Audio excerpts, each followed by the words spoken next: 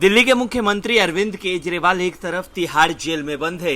शराब घोटाले में उनकी पार्टी फंसी हुई है। पूर्व उप मुख्यमंत्री मनीष सिसोदिया भी जेल में बंद है। ऐसे में केजरीवाल और उनकी पार्टी के लिए सबसे बड़ी समस्या अगले साल होने वाले विधानसभा चुनाव और दिल्ली में अपना किला बचाने का है। इस बीच एक तरफ केजरीवाल जेल में है तो दूसरी तरफ बीजेपी मौके का फायदा उठाने में अभी से जुट गई है। पार्टी ने राजधानी में अनुसूचित जाति मतदाताओं की अच्छी खासी संख्या वाली 12 आरक्षित सीट सहित कुल 30 विधानसभा क्षेत्रों में पहुंच बढ़ाने पर जल्द ही काम करना शुरू कर देगी। पार्टी के एक वरिष्ठ नेता ने कहा है कि इन 30 विधानसभा क्षेत्रों में रहने वाले लोगों के साथ घर घर जाकर संपर्क बढ़ाने के लिए समर्पित विस्तारक नियुक्त किए गए हैं। इनमें ज्यादातर अनधिकृत कॉलोनियों और झुग्गी बस्तियां शामिल हैं। बीजेपी की रणनीति से केजरीवाल की परेशानी बढ़ सकती है। निचले तबके के लोगों को आम आदमी पार्टी का वोटर माना जाता है। पार्टी ने हाल ही में संपन्न लोकसभा चुनाव में 7 संसदीय सीट में फैले अनुसूचित जाति के लिए आरक्षित 12 विधानसभा क्षेत्रों में अच्छा प्रदर्शन किया था। उन्होंने कहा कि 12 में से 8 विधानसभा क्षेत्रों में बीजेपी को इंडिया गठबंधन के उम्मीदवारों से अधिक वोट मिले।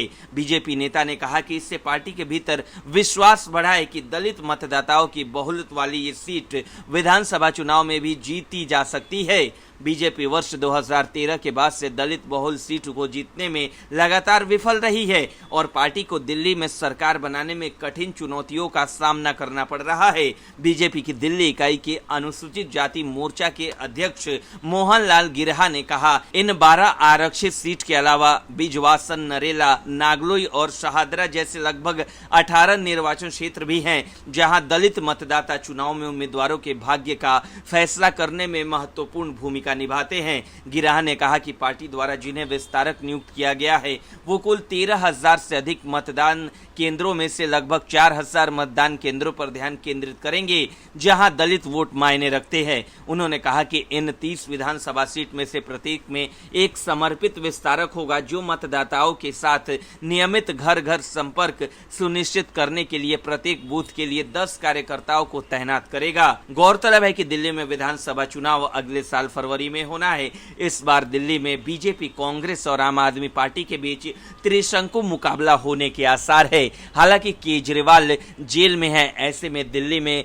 विधानसभा चुनाव का गणित बिगड़ सकता है अगर केजरीवाल जेल से बाहर नहीं आते हैं तो। ब्यूरो रिपोर्ट, न्यूज़ चौक।